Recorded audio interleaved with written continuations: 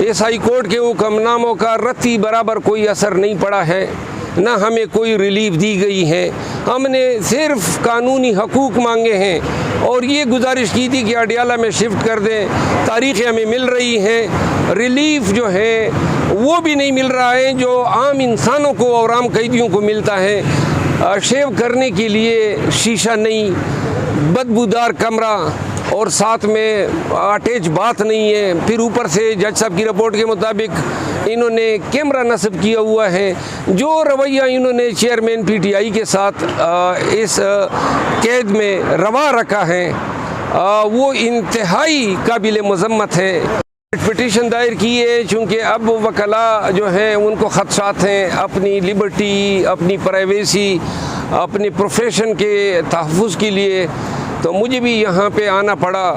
और जिसमें मैंने वज़ारत दाखिला, IG इस्लामाबाद, ये वही तमाम लोग जिन पर रोज़ाना हम PTI के लीडर्स की तरफ से केसेस करते रहते हैं, उनके ख़िलाफ़ मैंने दादरसी मांगी है कि चूँकि मुझे ख़दशात हैं और कई दफ़ा इन्होंने अटेम्प्ट किए, तो लिहाजा अदालत से मैंने प्रोटेक्शन मांगी और ऑनरेबल हाई कोर्ट ने जो है वफाकी इदारों को जो है मेरे ख़िलाफ़ किसी किस्म का एक्शन करने या गिरफ़्तारी से रोक दिया है।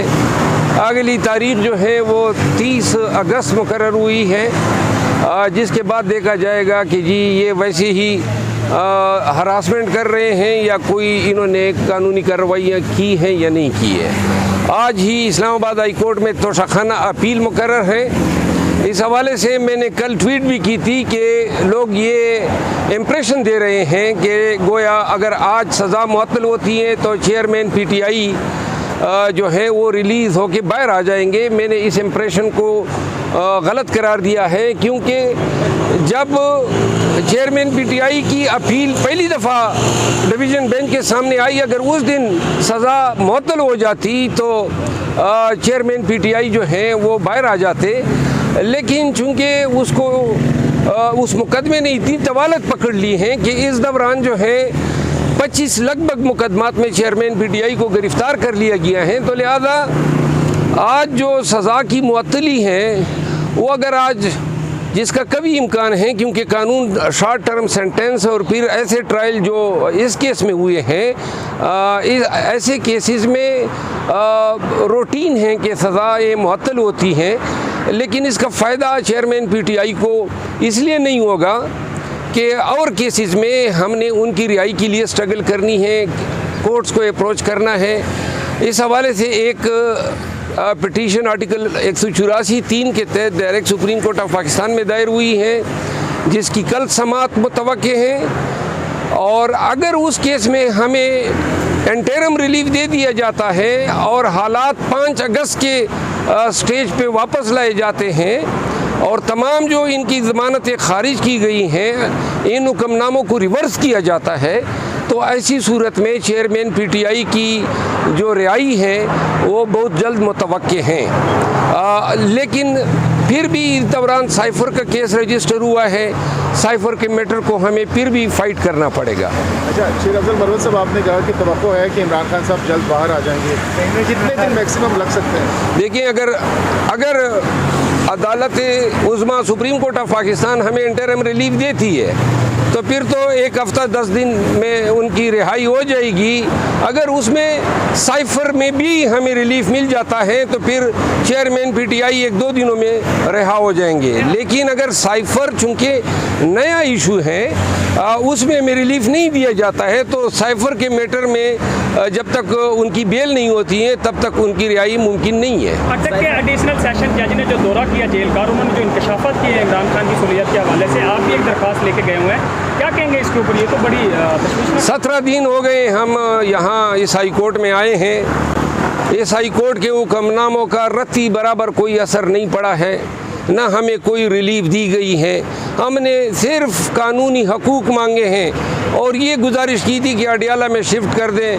तारीख़ें हमें मिल रही हैं, रिलीफ जो है वो भी नहीं मिल रहा है जो आम इंसानों को और आम कैदियों को मिलता है। शेव करने के लिए शीशा नहीं, बदबूदार कमरा और साथ में अटैच बात नहीं है। फिर ऊपर से जज साहब की रिपोर्ट के मुताबिक इन्होंने कैमरा नस्ब किया हुआ है।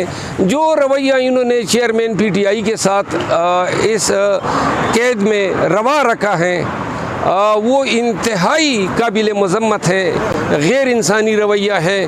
और हमें गिला अदालतों से हैं कि अदालतों ने हमें वो भी नहीं दिया जिसके हम हकदार हैं। साइफर केस जिस कानून के तहत रजिस्टर हुआ है वो कंट्रोवर्शियल हो गया, सदर ने उसको नोटिफाई नहीं किया है, तो अब इस केस का क्या पोजीशन बनेगा जब कानून ही नहीं है? साइफर भी तोशाखाना की तरह एक फ्रॉड है। ये तमाम मुकदमात जो हैं कोई इनकी कानूनी हैसियत नहीं है, एब्यूज़ है प्रोसेस ऑफ लॉ का। जितने भी मुकदमों में चेयरमैन पीटीआई को मुल्ज़िम नामज़द किया गया तक लगभग 188-185 मुकदमात बशमूल साइफर बशमूल तोशाखाना, इन सब की कानूनी हैसियत कुछ नहीं है। इसका आखिरी नतीजा यही निकलेगा कि सारे मुकदमात ख़त्म होंगे, लेकिन ये जो वक्त है इससे वो मतलूबा नताइज इन्होंने हासिल करने हैं और ये हासिल कर रहे हैं। शेराजुल मरवत साहब, आपने अपने ट्वीट में कुछ गद्दारों की तरफ इशारा किया था कि पीटीआई के अंदर अभी भी कुछ गद्दार मौजूद हैं। वो मामला सेटल डाउन हो गया, क्या हुआ था और क्या नाम बताना पसंद करेंगे आप? देखिए, वो चूँकि क़यादत ने मुझे इससे मना किया है तो मैं उनके अहकामात की पासदारी करूँगा। ताहम ये फ़ैसला हुआ है कि ये मसला जो है बड़ा संजीदा है और ये चेयरमैन पीटीआई के सामने रखा जाएगा, वो इसका खुद फैसला करेंगे। टोटल जो आप समझते हैं कि गद्दार हैं? देखिए, ये अब चूँकि मैंने कहा कि मना किया गया है तो लिहाजा मुनासिब नहीं है कि मैं अपने जो हमारे पार्टी में सीनियर हैं उनकी बात को जो है मैं वायलेट करूँ। Thank you so much.